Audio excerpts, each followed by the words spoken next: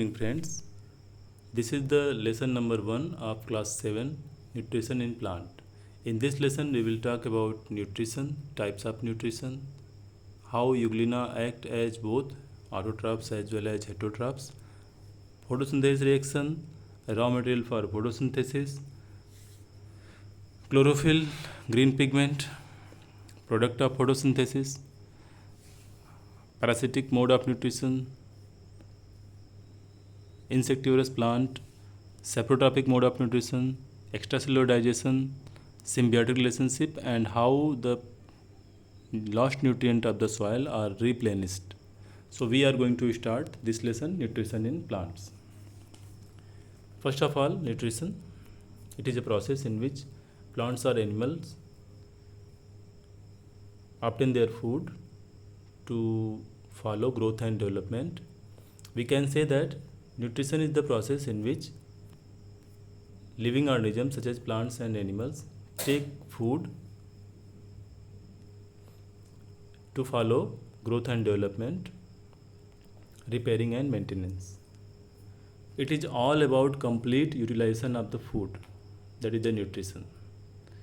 Nutrition एक प्रक्रिया है जिसमें प्लांट्स या एनिमल अपना भोजन लेते हैं, जिसके द्वारा ये ग्रोथ, डेवलपमेंट, रिपेयरिंग और मेंटेनेंस अपने बॉडी का करते हैं. न्यूट्रिशन की बात हो और न्यूट्रिएंट्स की बात ना हो तो ये इनकम्प्लीट माना जाएगा. Nutrition, the process of taking food. The process of taking food means the process of taking nutrients.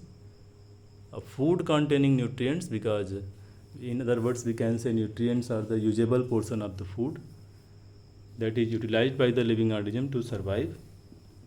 Nutrients are of 5 types: carbohydrate, fats, proteins, vitamins and minerals. You know very well, carbohydrate and fats are energy giving nutrients, proteins the body building nutrients, vitamins and minerals are protective nutrients. You should know that some minerals are dissolved in the water. So कुछ minerals water में भी dissolve होते हैं. तो water को अगर हम लोग कहें कि मिनरल का सोर्स है तो ये कोई अन्यथा बात नहीं होगी. Next, photosynthesis. This is the process followed by autotrophs. As you know that types of nutrition की बात करें तो there are 2 types of nutrition: autotrophic nutrition and heterotropic nutrition. In autotrophic nutrition, autotrophs like producer or the green plants follow the process of photosynthesis in which they combine carbon dioxide with water in the presence of sunlight and chlorophyll and form glucose and oxygen. photosynthesis एक प्रक्रिया है जिसमें पौधे, हरे पौधे carbon dioxide और पानी की उपस्थिति में, मतलब कार्बन डाइऑक्साइड और वाटर को कंबाइन करके सनलाइट और क्लोरोफिल की उपस्थिति में ग्लूकोज और ऑक्सीजन बनाते हैं. अब हम लोग टाइप्स ऑफ न्यूट्रिशन में हेटेरोट्रॉपिक न्यूट्रिशन की बात करेंगे. Heterotrophic nutrition, the type of nutrition in which all those organism who can not make their own food, they obtain their nutrition from other plants और एनिमल्स. हेटेरोट्रॉपिक न्यूट्रिशन एक type है nutrition का जिसमें वे सारे living organism आएंगे जो अपना भोजन खुद नहीं बना पाते हैं, ये किसी और प्लांट्स या एनिमल से अपना भोजन ऑब्टेन करते हैं. तो इस तरह के न्यूट्रिशन को हेटेरोट्रॉपिक न्यूट्रिशन कहते हैं. और यहाँ पर हम लोग हेटेरोट्रॉपिक न्यूट्रिशन के टाइप्स की बात करेंगे, जिसमें हम लोग 3 टाइप का बात करेंगे. फर्स्ट है सेप्रोट्रॉपिक न्यूट्रिशन, दूसरा है होलोजोइक न्यूट्रिशन और तीसरा है पैरासिटिक न्यूट्रिशन. सेप्रोट्रॉपिक न्यूट्रिशन में लिविंग ऑर्गेनिज्म जो माइक्रोस्कोपिक होते हैं वे अपना भोजन डेड और डिकेइंग मैटर से ऑब्टेन करते हैं, जैसे कि Rhizopus, Mucor, agaricus, east. Holozoic nutrition में माइक्रो ऑर्गेनिज्म भी हैं और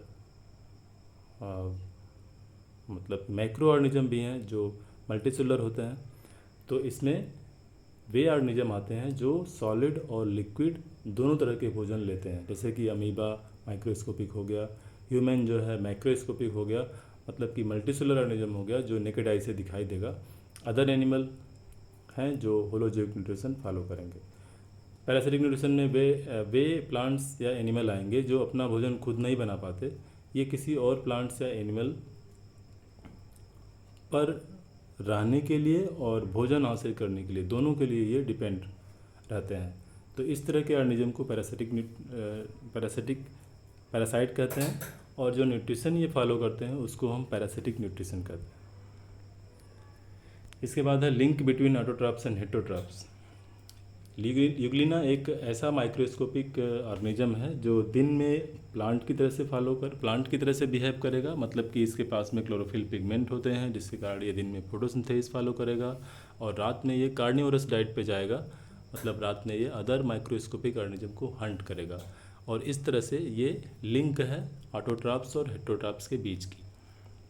इसके बाद में फोटोसिंथेसिस रिएक्शन की बात करेंगे, जिसमें हम देख सकते हैं कि कार्बन डाइऑक्साइड और वाटर एक दूसरे के साथ कंबाइन कर रहे हैं सोलर एनर्जी और क्लोरोफिल के प्रेजेंस में, जिसमें बन रहा है ग्लूकोज और ऑक्सीजन।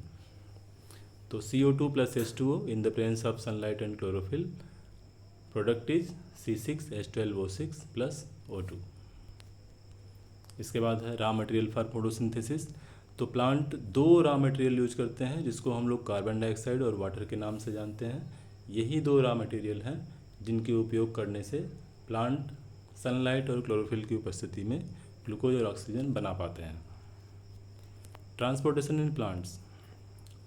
पौधे में रूट्स अच्छे से जानते हैं, roots absorb water and mineral from the soil, और आप ये भी जानते हैं कि पत्तियां पौधों के लिए भोजन बनाती हैं। तो पत्तियां जो भोजन बनाती हैं उसका प्लांट के सारे बॉडी पार्ट्स में डिस्ट्रीब्यूट होना आवश्यक है। पौधों में पत्तियों के द्वारा बनाए गए भोजन को डिस्ट्रीब्यूट करने के लिए जो वेसल्स पाए जाते हैं उसको हम लोग बोलते हैं फ्लोएम वेसल्स या फ्लोएम टिश्यू। फ्लोएम वेसल्स अपना भोजन, पत्तियों के द्वारा बनाए गए भोजन को हर दिशा में भेजने में सक्षम होते हैं, मतलब कि ऊपर की तरफ भी और नीचे की तरफ भी। तो इस तरह के मूवमेंट को हम लोग बोलते हैं by directional movement.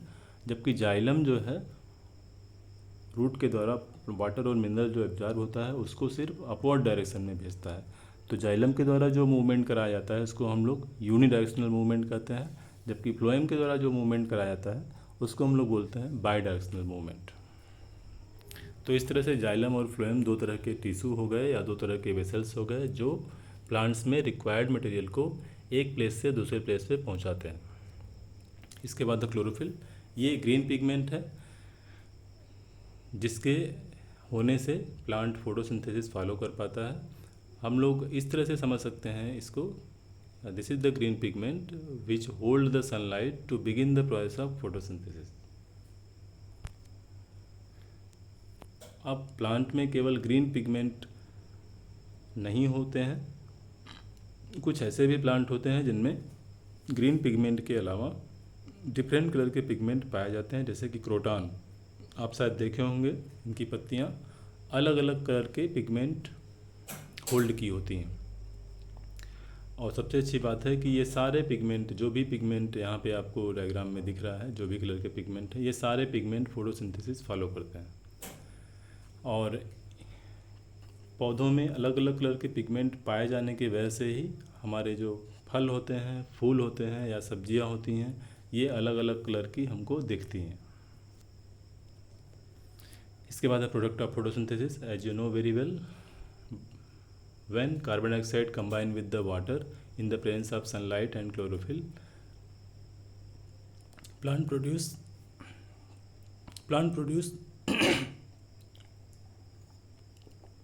glucose and oxygen. So glucose and oxygen are the product formed due to the process of photosynthesis.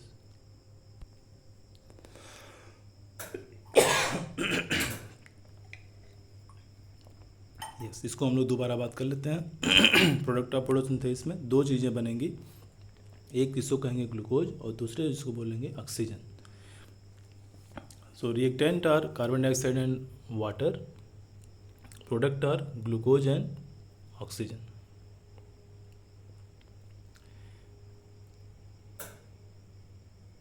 इसके बाद प्लांट पैरासाइट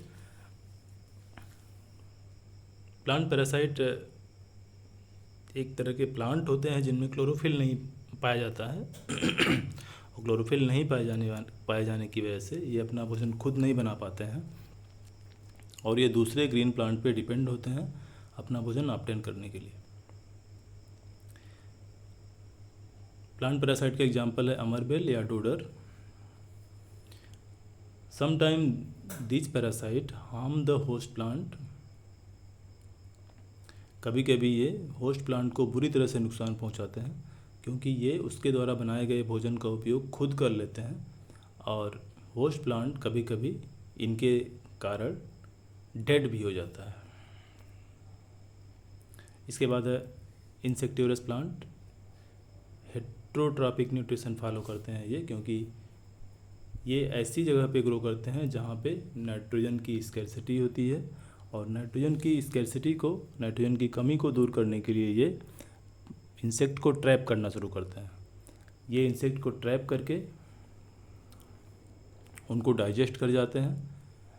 इनके पास में स्पेशल स्ट्रक्चर होते हैं जिसके कारण ये आसानी से इंसेक्ट को पकड़ लेते हैं और जैसे ही इंसेक्ट इनके द्वारा ट्रैप किया जाता है, इनके द्वारा डाइजेस्टिव एंजाइम रिलीज किया जाता है जिसकी वजह से इंसेक्ट्स डाइजेस्ट हो जाता है, जिसको ये एब्जॉर्ब कर लेते हैं और अपनी नाइट्रोजन की कमी को दूर करते हैं। जो आप इमेज यहाँ पे देख रहे हैं, सबसे ऊपर में पिचर प्लांट है, उसके नीचे में आपका है वीनस फ्लाई ट्रैप और सबसे नीचे में जो है वो सनड्यू है। इसके बाद